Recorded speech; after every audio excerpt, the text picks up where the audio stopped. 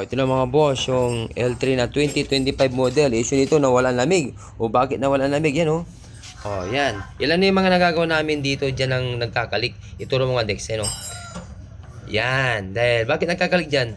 Dahil yung clamp, may siya, may kalawang. Tapos dyan naka yung expansion valve. Yan, ilan na yung nagagawa natin. Imagine 2025 model, wala na agad yung lamig niya.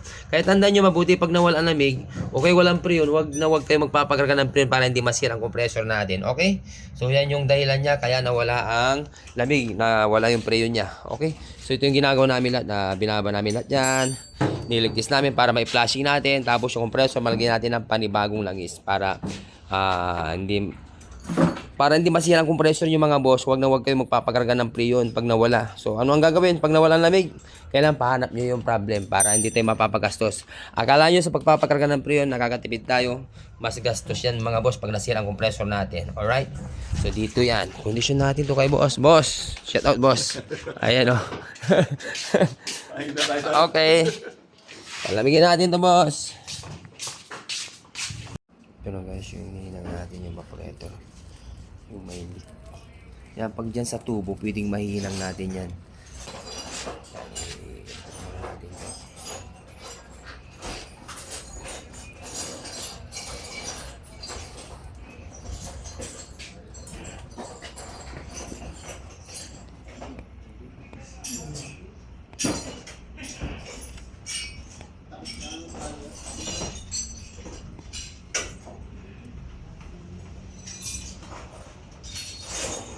Okay.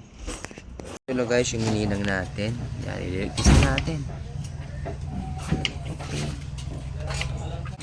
Okay na guys, ito na yung repair natin. Ito yung may leak. Ito yung L3 na 2025 model. So ito leak test na. Okay. Okay. Ito na guys, yung nirepair na evaporator. Ito yung hininang. Ito sa harap. Ayan, okay sa ori na sir. Ayun na. Ayos na. Ayun, nagawa natin ang paraan. Nasa yung hinang. Ipakikita mo yung hinang natin. Hindi, itayo mo, itayo. Ayan Ayan. Okay. Yung pressure natin. Ayan guys. Palalamigin na natin to kay boss. Boss, okay na. Nakita mo na? Tingnan mo, mas maganda yung to see is to believe. Yan, ayun tingnan mo kung okay sa ori na. Ayan. Ano, wala na? Wala na.